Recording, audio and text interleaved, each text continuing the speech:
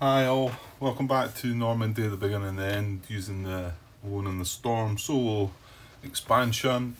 Playing scenario 2 now, which is German counter-attack. Not getting terribly far at the moment. Anyway, we've got it started. So I haven't had answers back to any of the important questions, if you like. However, I did get a couple of replies from the guys. Sorry, I can't mind the first guy's name. I think it's a Spanish name, or maybe not even a name as such. The second guy, Roberto, I think he's commented before. Who this was to try and find this artillery, this 105mm artillery. And I've been scouring through my counters, couldn't find that. So the first guy went me the list that he had with an order of battle, and it's an Excel spreadsheet thing. I'd looked at that before, and then the other order of battles, but remember I was getting confused. I was like looking, thinking, I don't think I've got all these and whatever. So when missing this artillery piece, I posted the question. He liked me that. I said, well, I've looked at that. I says, I was maybe looking for an image of it to see if I could see it. So Roberto linked me the two counter sheets. Where one with the main would have been in the main game with two of these 105mm artillery units on it, and they're quite similar to the ones that we were looking at that were maybe I can get one in out. These are 75mm. Well, no, it's like this one actually. It's similar to these. That's a 75mm LE. So it's the same, it's got LE and then it was FG or something. Was it FG18 or something like that? Can't remember exactly. So anyway, so he linked me the images and there's two of them there on the counter sheet. And not only that, I've seen some other ones that were 150mm and I thought, I don't think I've seen them either. And I started panicking, thinking... I remember I got this, I was forgetting at first when I posted my question really initially because I got this game second hand. So I think I might have said that already, but so then I started thinking, oh no, I've not got all the counters, you know, even though you would think there's enough counters in this game, there's like loads of them. So he also linked me the image of the Kickstarter counter sheet, one of the Kickstarter counter sheets that had another two on it. And admittedly, when you look in the orders of battle, it shows you two extra if you get the Kickstarter. So there should have been 4 if you've got the Kickstarter. And going by some of the stuff I've came across, it looked like I had the Kickstarter, and then I was trying to go through the order of battle, try to organise my counters in the wee trays, and not finding everything, and getting even more confused. Well, I thought I was like looking again. I looked in other boxes. I've got the Helperize box, I've got the Normandy box, I've got Alone in the Storm box, no extra counters, and I was just about to give up. Well, I was just about to look at the images and start looking through some counters that I might be missing, and I was maybe going to try and contact the guy that I bought it from to see if he maybe still had them and had accidentally not sent them on and they got left outside the box or something. And then I thought, I'll just have one little glance. I used this, that's just the box for this, because it's a nice thin box, Advanced Squad Leader Starter Kit box, because it's a thinnish box. Well, I used this on top of my counter clipper to do my counter clipping. And I thought, I just wonder if maybe, and I picked up the box and gave it a wee shake, and look what was inside the box.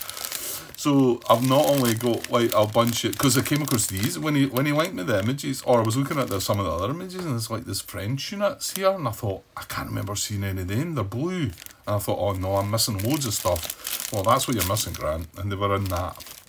Look, there's a wagon there. I bet that's the other side to that 105. Well, it's the other side to 150. We were wanting to see what was on the other side of the 105. So, yeah, they had been this left in my counter clipping box to be clipped. And I must have thought they're not needed right away for the first scenario. So, it's a good relief that, because I did think, there's our 105 now. It's going to look a bit ugly because it's not clipped yet, but 105 LE FH18 I don't know if that's focusing in terribly well. And right enough on the back it says wagon. So on the back that says wagon, and in here, does it not say wagon? It does. So that suggests to me, because there's not, well, I'm saying there's not, hold on a minute. Is there any individual counters that are just wagons? I wouldn't have thought so. Oh, no, that's on the back of one. Which now, that feels like it confirms it to me that this wagon bit just means that it's got a wagon built into it. And it means that these Panzer Grenadier NG42s have got a truck built in. This has got a truck built in. Now, hold on though. Do these all have trucks built in? Well, let's have a look. Okay, looking at this, I thought everyone was coming into place here, because there's the Panzer Grenadier, and you can see they're sitting with the yellow box, which means these have the truck on the other side. And then we've got the Panzer Grenadier, so that's the Panzer Grenadiers, and they're in a truck. We've got a 4.3 Panzer Grenadier machine gun, and again you can see the yellow box 4, so I don't really need to flip these over to show that it's got the Opel Blitz on the back. And then we've got an 8.3 Panzer Grenadier, again with the truck on the back. And then, just skipping this one just now, then we've got 2x105, and that's the ones that we've just found. And interestingly, yeah, well, they've not got truck in the back, they've just got a wagon. So I flip that over and it's got a wagon. But that's what it says, wagon there. But the only one I can't find is the mortar one there. So 1x8cm GRW34 mortar. This counter here represents one of them anyway, a different type that we've got. There's airborne, that's an airborne one, but this isn't airborne. So, but this doesn't have the intrinsic transport, it just has the other side. So this is the only one that kind of doesn't follow suit here. I'm wondering if there's any of them that do have it built in then. Maybe some of these counters that I've not clipped yet. No, that's 75mm. Because if that had been the case, I think it would have. That would have. Oh, look! I found one. Look, I found one that's not been clipped. 8cm GRW34. It's got the little 3 in the yellow box, and it's got an Opel Blitz, so it's got a truck in the back. Right, that confirms it to me. It's a shame that they've got them worded their truck though. That confused me, and I thought, well, what do I do here?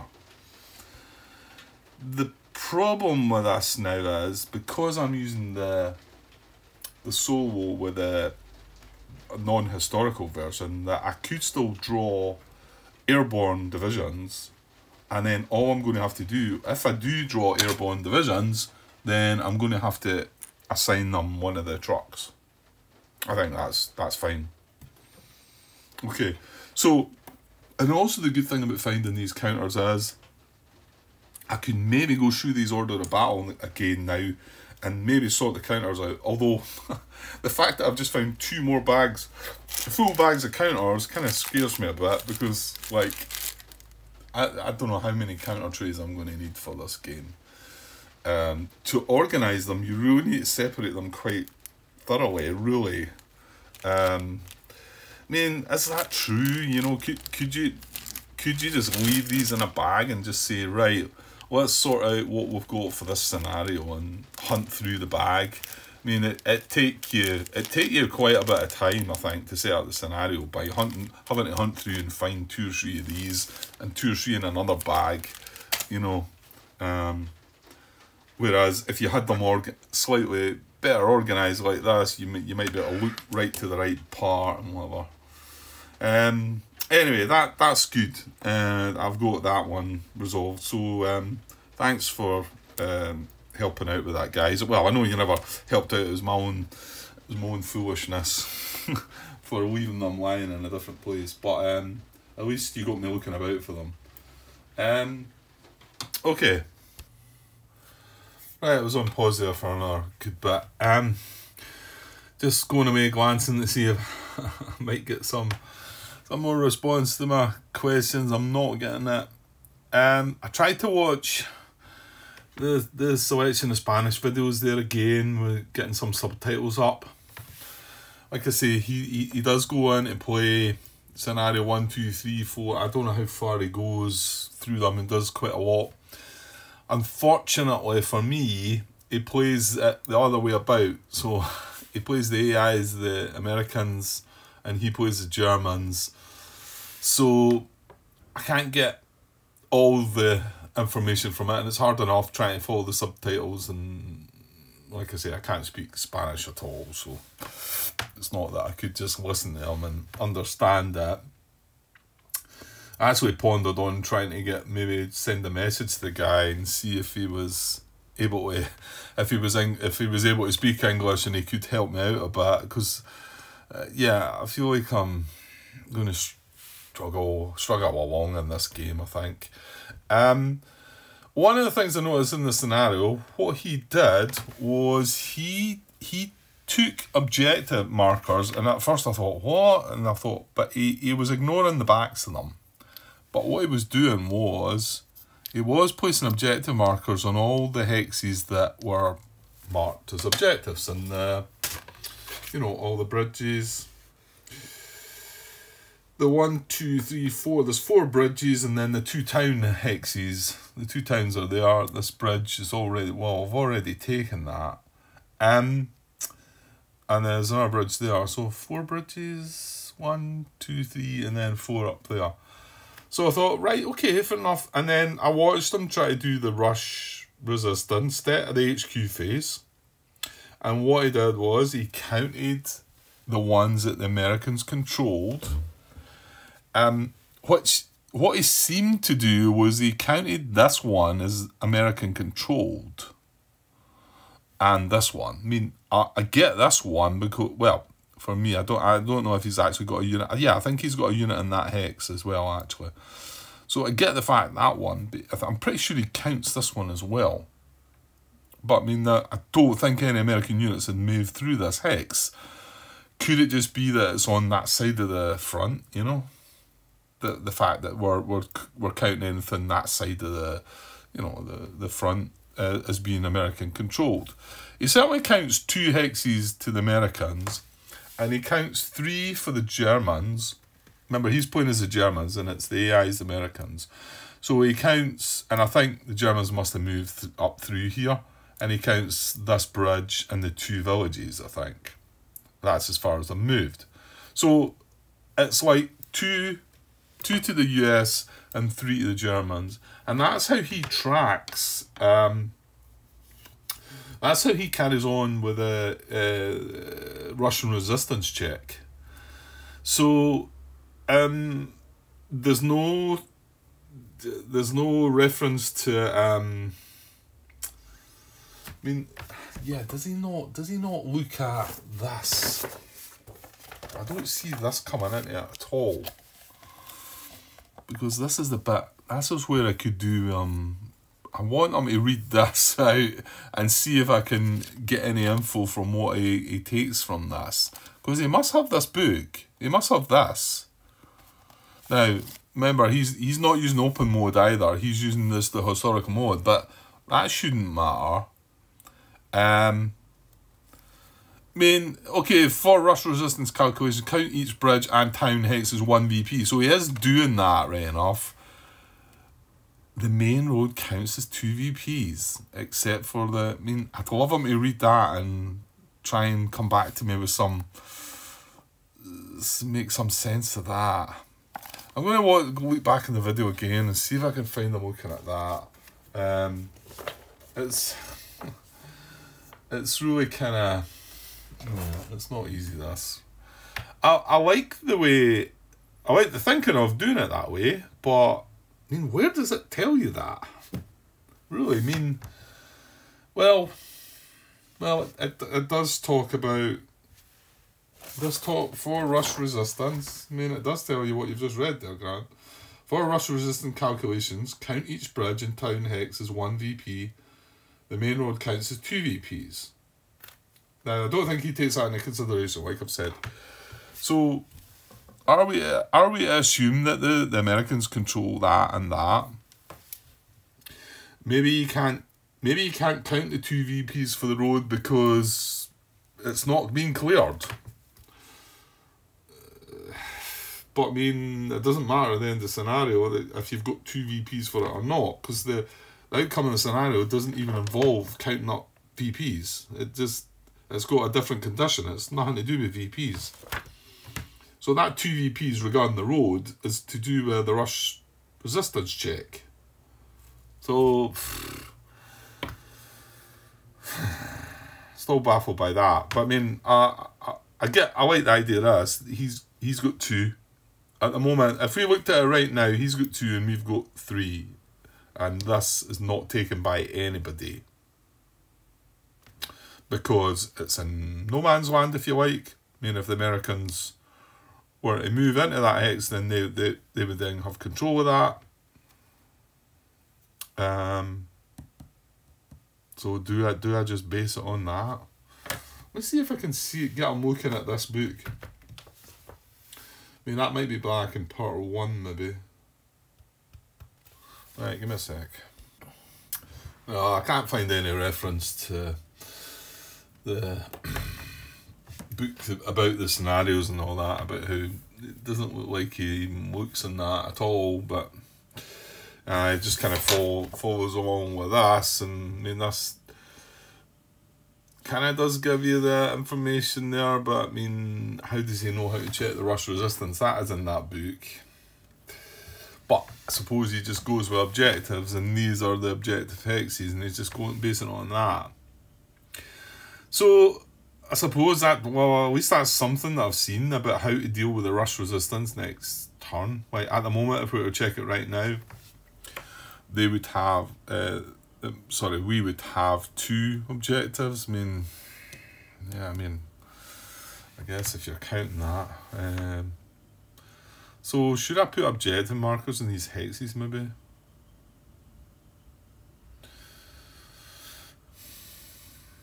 Yeah, I mean that I've got to go with something, and if I'm not going to get answers, I'm going to have to just follow along somehow. So let me place these. Right, so well, it's a little odd, this though. I feel like I'm just not so much making things up, but just going with what he said. So he was classing that. I don't think an American unit went through this hex at any point in the first turn. Because Americans can't move in the first turn. But he is classifying this as controlled by the US, and this one here. Now, I get this one here, like I said, because there's a unit already in it. But there isn't anything in this. My guess is, again, like I say, it's that side of the American line, so they've got control of that. So I would mark, obviously there's no need to put a green cube on this because there's an American unit in it. So they control these 2, the Germans control these 3. This one is uncontrolled by anybody then. That's what we're saying. So I'll go with this. I'm going to have to go with something. Right, not that that's really relevant to us moving on. I mean, I've got a bigger question. And that was, right, and I've not got an answer, so I'm going to have to go with this, or this is just going to, I'm not going to be able to carry on if I don't decide. Question was this legally moved here? Because at the time moving that there, he would have been able to fire on that with a strength of 5, which isn't MFF. Is it based on reaction fire, or was it based on the fact that he now moves there? If the Americans were now to be able to have a go, they'd be able to fire back at that with 11, isn't it? So 21, 18. I was forgetting, 9. Yeah, I'm counting the 21. They're 18, so half of that's 9. So they can fire on that with 9. And the question was, would that have stopped that from moving to there? You know. So I'm going to say, we're going to go one way or the other. I'm going to say that it means, when it says, I prefer it in the rule book. Still got that open there. Or 2, if that AI force cannot be reached with MFF. So the closest hex where an AI force can attack with MFF is there. Or perform a safe assault. We're not doing that. With a divisor value of 3, 4, or 5, well, it's not a divisor value of 3, 4, or 5. It's 2. Or 2, so it is 2. If that, and there's this extra condition here, if it is 2, if that AI force cannot be reached with MFF. So it wouldn't care in a 3 or 4 or 5. I think, is that what that's saying? I think. Closest hex for force meta and divisor value is 3, 4, or 5. Yeah. If it was a 3, 4, or 5, we wouldn't even be considering what they could hit us with. But if it's a 2, it needs to not be able to be attacked with MFF. Or reached with MFF if you look at the rulebook. So I'm struggling to make this call because I don't want to get this wrong. I mean, getting that thing wrong the last time in the last scenario really just spoiled it. And I don't want to get something like that, as big as that, wrong. I mean, to be honest, it was clearly written in the rulebook and I should have took it from that. But this is I don't know, this feels different. I feel like I really need somebody to help me with this.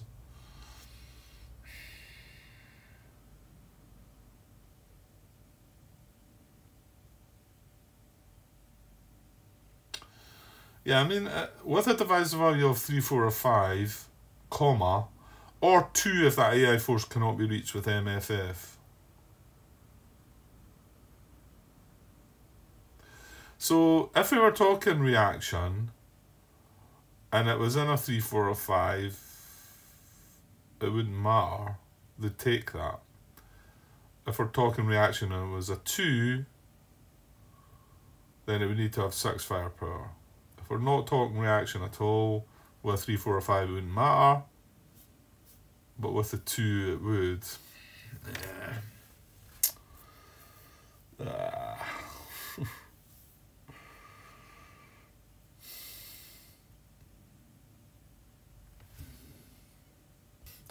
Just reading through the end of this is advanced movement, 10.3 on page 24.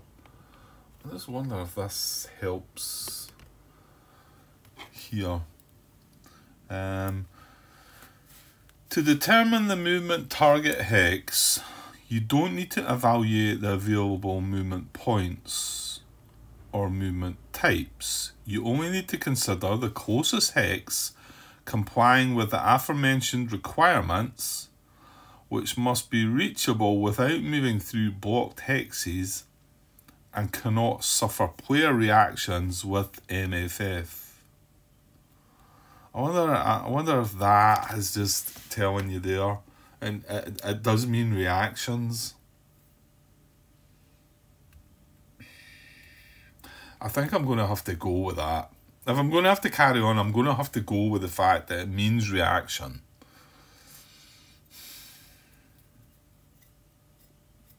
Because, I mean, if it means the other way, this guy can't move to there. And I'm not sure that feels right. They've got to get moving somehow. I mean, where would they move to then? He's not going to be able to find any hex that he can attack with MFF, is he? Okay, I'm going to make a call. I'm going to say that it does mean reaction. And that was legal for him to move to there because all that could react with was 5 and it needed 6, at least 6. Well, let's just go with it. Let's just go with it. Fingers crossed. Right, so moving on to the next AI activation then. So as this one is another infantry unit, because we worked out with the secondary priorities, they've got the most firepower. Fire factor in it, FF. So, I think he wants to move here, we decided, didn't we? But is that going to... Because he can then react with 9, can't he? So that's not any good, is it? That is stopping... Yeah. Well, hold on though. We are just trying to find the target here. Yeah, I'm coming back to where we were, because this is where we were, and then all these questions came up and I had to come away from it. So we're looking at this, it's off map. One thing, bear in mind, I did decide that I'm going to move this on, so I'm going to count the first movement as 1, well, 1 if you like there. Well, it's not going to be 1, it's going to be a half, isn't it? But I'm going to count that there, and then come this next guy, I'm going to count 1, 2, you know, because these are all staggered behind, and I think that's how it's meant to work, this. To be honest, I don't think it's going to matter. They've got that much movement anyway that it probably won't matter. But so anyway, it can't attack with MFF without moving. It's got to make a move. Yeah, because the action we got was advance, right? So make perform a safe assault, no. So select a target. So we're looking for the closest hex where it can attack, right?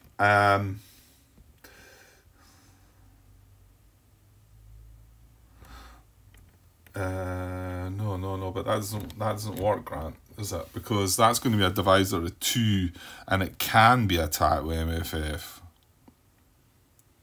So that's not a valid target. No, that's not a valid target. Well, I'm not so sure we're going to get a valid target then. Which might be fine. I mean, remember, if it's not a target, that could be fine. Mind you, it's surely not going to place a reaction mark. It's not even on the map. Okay. Right, let's think again about this. The closest hex where it can attack is it could end here and be able to attack, but that doesn't comply either, because it can get attacked with MFF, and it's in a 2. It can't be there because there's no line of sight there.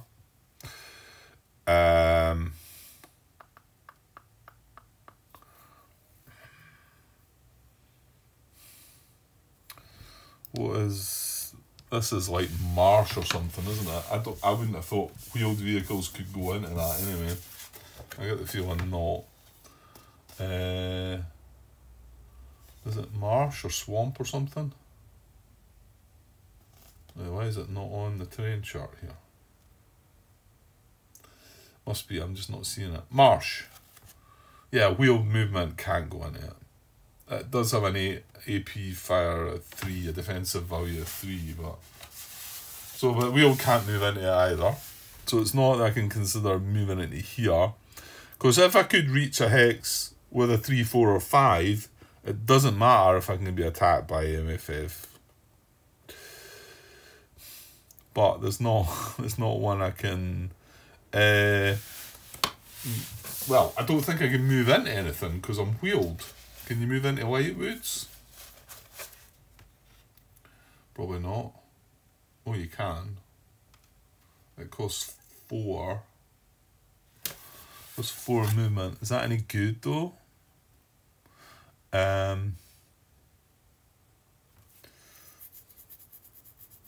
And the fact this is a minor river, I suppose I'm thinking coming in here and then moving into there.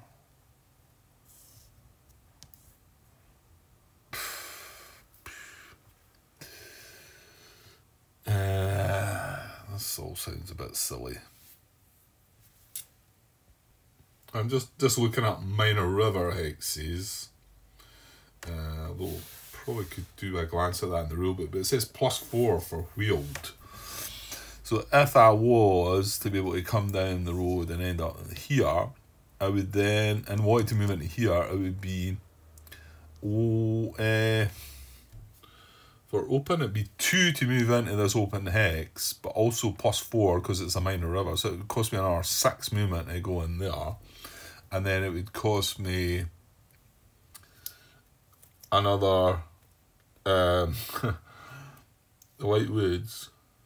It cost me 4 to move in there, but another plus 4 because it's on the river, I think. Right, okay, I actually think it says if a platoon wishes to pass through a hex with a minor river without crossing it, the cost to enter is equal to the cost of the underlying terrain in the hex. However, if the platoon ends its movement in a hex of the same river, it must pay the cost the MPs as if crossing the minor river, as it is assumed the platoon actually crossed it. So maybe that means going from there to there, we don't need to cross the river as such, so that would only cost us the open terrain cost. But then ending up in there, we'd have to suggest that we crossed over the river, I think. Yeah, I don't think it's feasible for me to get away down there and do that anyway, is it? I mean, it'd be, well, we're saying this is a half, so 1, 2, 3, 4, 5, 6 to get down to there. And then, well, if it is, well, I dare say you are probably going to have enough grant, aren't you? 6 to get to there. Then, if it is just the cost of the open, that's another 2, so that would be 8. And then into there would be another 4, that's 12. Plus 4, that's 16. So he's only got 13. So you can't move to there.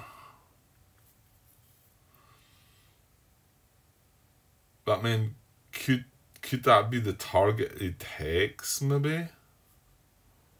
Oh, hang on. Are you still going to be able to... I mean, do we have line of sight? Yeah, you are. You're crossing the bocage. You're not going through the bridge hex. And it's 3 away. 1, 2, 3 away. So it's that long range, which is half of the 21, which is 11.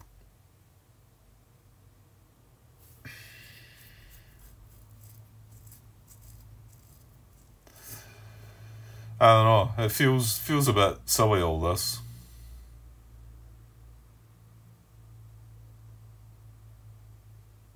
Of course, the other thing could be...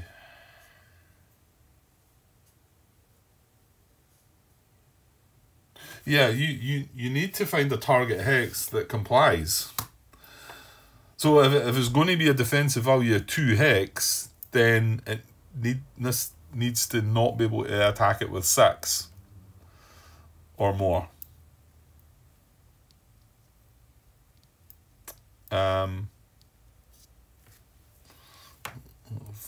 Foreign object there. So I mean, possibly this is.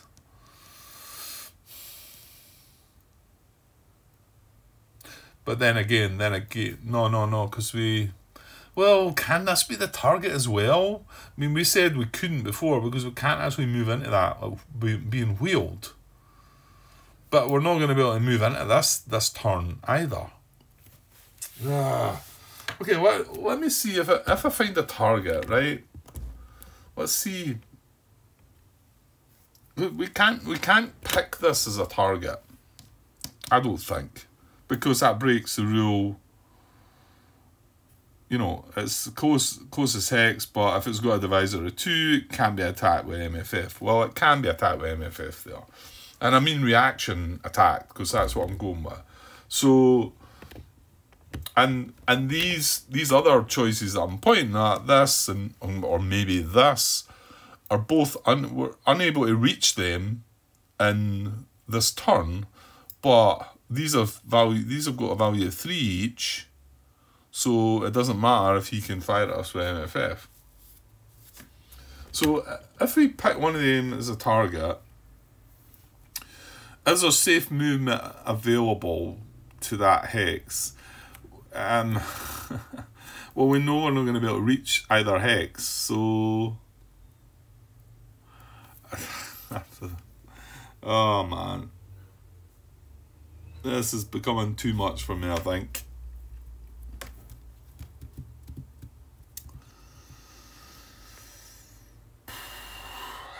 Yeah, maybe the thing is with this game is you've just got to like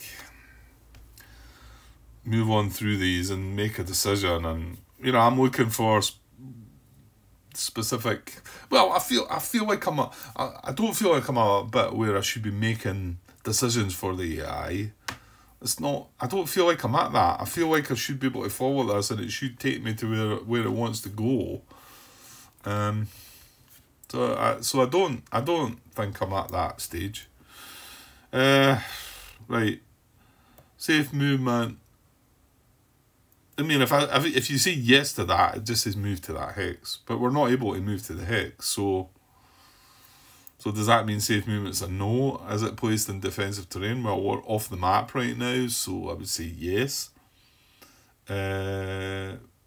Defense movement while in defensive mode? No. Move to that hex?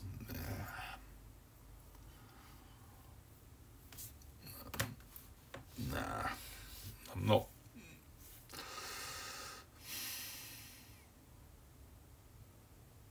I'm not enjoying my way around things here, for sure.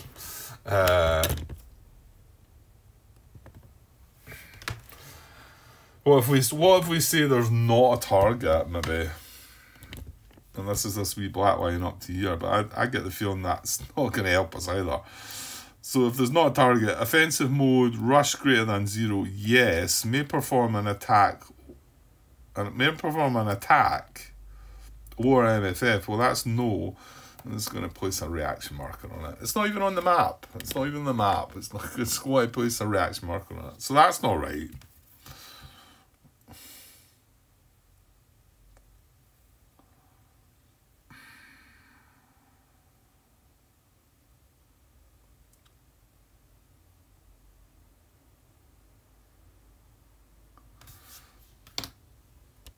Okay, trying to persevere. So destination hex, if you read this, it says, if the movement target hex is too far away and cannot be reached during this activation, and not only that, it talks about destination hex in player aid there, where it says the target hex or any hex en route to the target where the AI force may not suffer an attack with MFF. So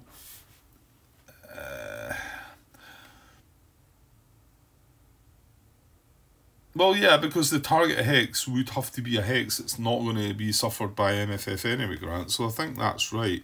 But, so if the movement target hex is too far away and cannot be reached during this activation, select a hex along the way within movement range and with the highest divisor value from where the highest FF attack is possible. If several hexes are available, choose a hex where the AI force cannot be attacked with MFF.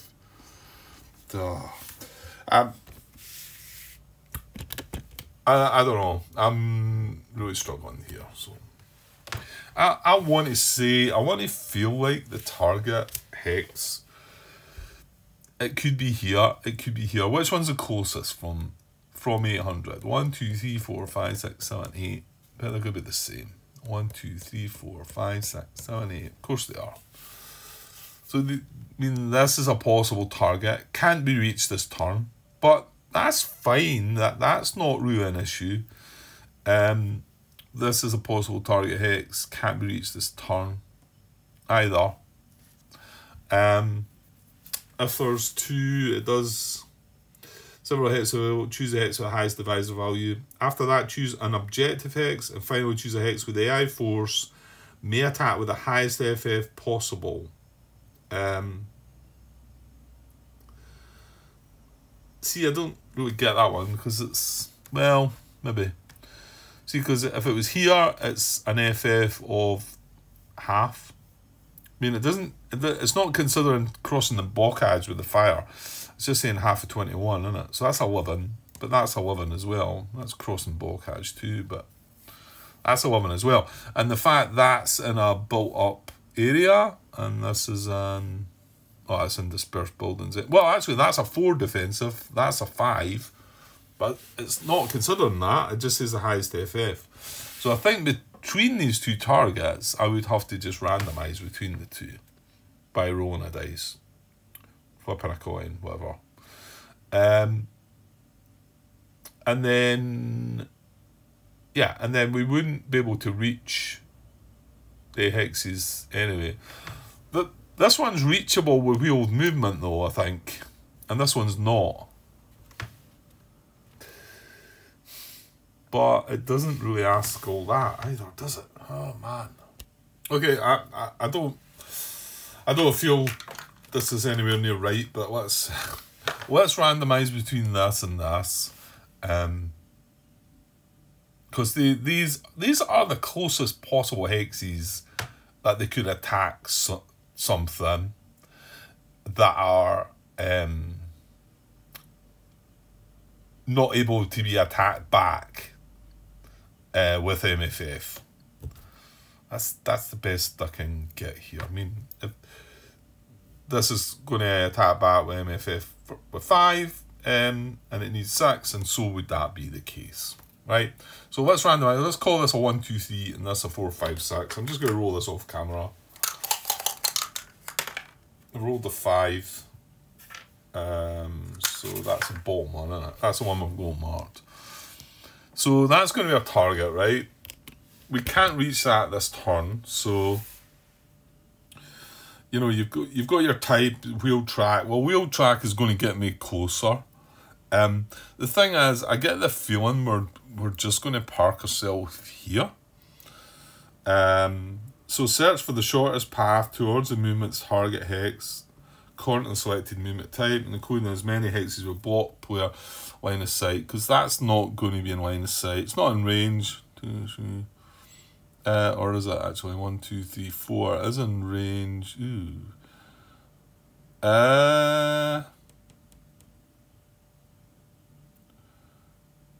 Well, well, it doesn't matter. Well, I'm saying it doesn't matter. Maybe it does matter, because it could end up. Well, no, it's going to stay on the road. That's the thing. Right. If we ended there, does that have line of sight on us? Yeah, that's going up the hex spine there, or the bridge, so that would, well, hold on here though. What bocage is that crossing through? Maybe not that bocage there, because it just, right, it's going right up the spine of that bocage, and then it's certainly crossing that bocage. I don't know there then. Is that hex? Is that got line of sight on that hex? I'm not sure.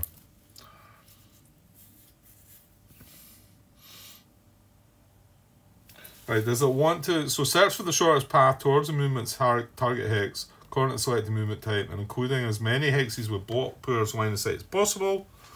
Avoid the following hexes. Any hex with the AI force may suffer an attack with at least MFF. Well, that's fine, no. Player forces during its movement. From player forces during its movement. If this is not possible, the hexes in the path should have a terrain divisor of 3.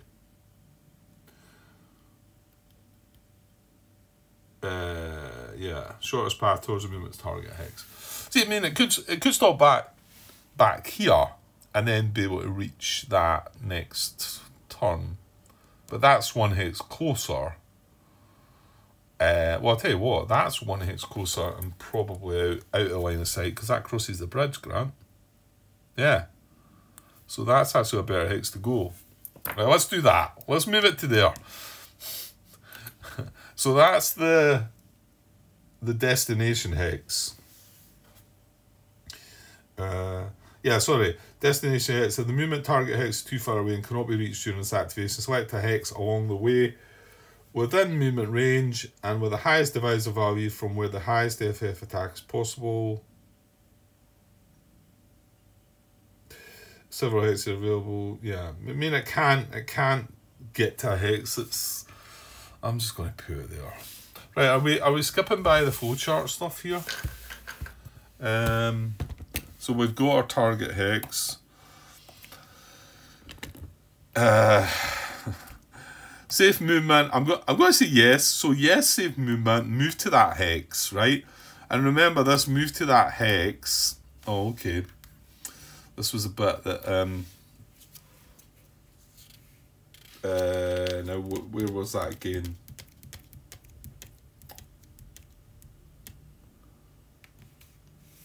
Oh, Grant, I'm getting all tied up here. Let's just move this.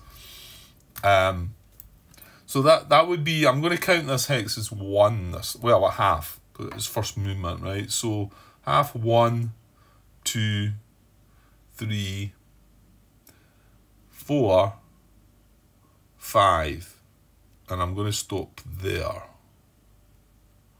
because that is now. When I reach there, however, see, I don't know. I'm already asking the question: Does he have line of sight on that? I want to feel like you're kind of crossing two bocages. I mean, this is the corner of this one, and then you've got this one. I'm going to just make a call on saying that that's not line of sight there right now. The American company does not have line of sight on that high activity level marker. That's what I'm going to say. I mean, the bridge is in there. I don't think it's bothering with that, but it's going down that spine of the bocage and then crossing a bocage hex side. Not sure. Going to say that it's not. And then he's going to finally move into that hex and stop there because, well, hold on, Grant, though. If you're saying that's not in line of sight, then he would just stop there, wouldn't he? Doesn't need to go in there. So let's just stop him there and say he's not in line of sight, right? Just because I'm having such a hard time with this. Right. This should have been marked with this as well. Now, because it didn't reach its destination, these are both flipped over to say that, right? And then I'm going to put that on top, actually. And then that's a move, so we're going to roll for morale. It's morale's an 8. I felt the need to go and have a look at that because we did just get a move to hex order. How that comes out to that move to that hex? Where's the whole bit that you put?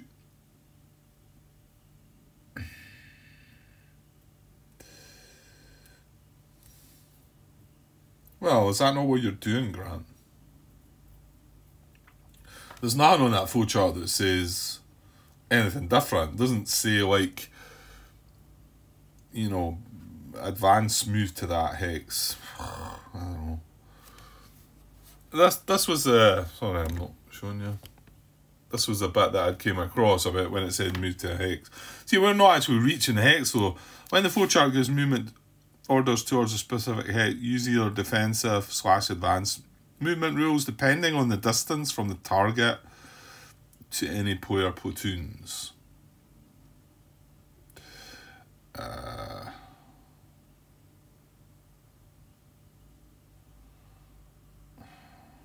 So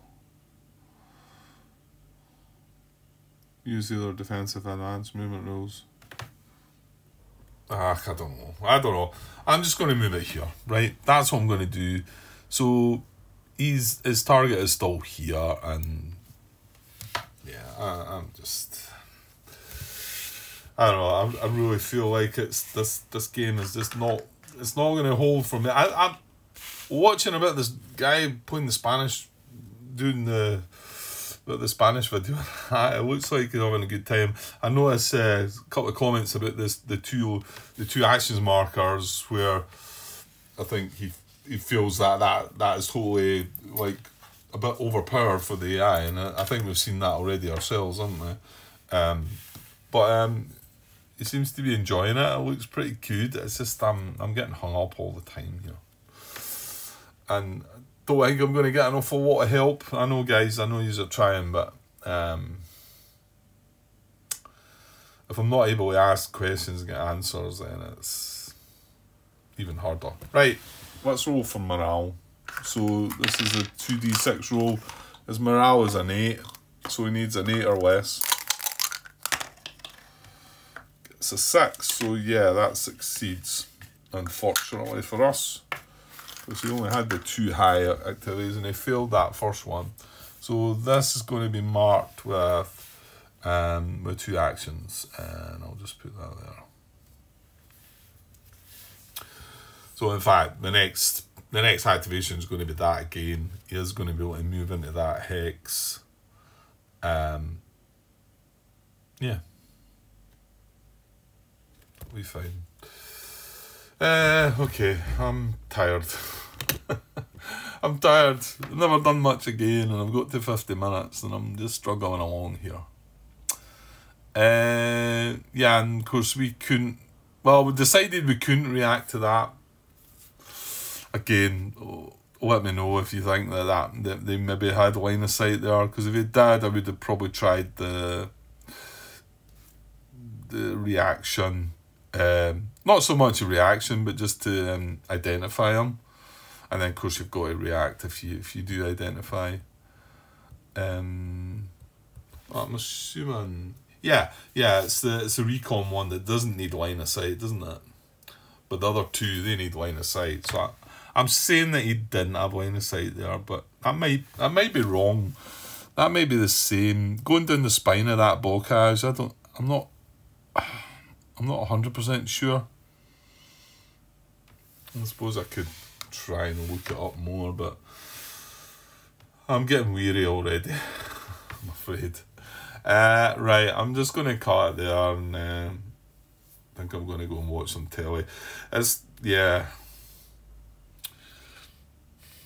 I want to get this game moving, but I just keep getting hung up with things, and I know more things are going to happen. I mean, even watching that video in Spanish, and he's got objective markers out here, and that none of that seems clear to me. You know, it's and this whole 2 victory points for the road. What? How? I mean, that's something that's mentioned in checking for the rush resistance. So who gets the 2 victory points right now? I don't know. Or, like I say, is it 2 victory points for each? I mean, it can't be, surely. That just feels like too much. Anyway, right. Right, I'm going to have a quick look just before I haven't looked for a wee while to see if there's any answers before I call this apart.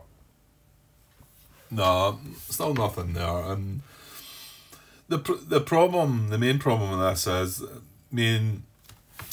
the main purpose, not just the videos, I'm sitting playing a game, wanting to enjoy myself, and I could see myself enjoying this game if all these things were all clear to me. But it does look like it's one of these games that needs help from other people. I mean, should I really be playing a game like that I need to wait on people telling me how it works? Not really, you know. I know all the games I've got questions. Any game I play, I've got questions. And I just, I don't feel like the support is there for this, and it's going to grind me down, I think. I'll try and plod on for now, but yeah, no promises. No promises. So another 54-minute video there that done very little, just me struggling along. So can't be great viewing either, I don't think. Okay, I'll be back later. Cheers.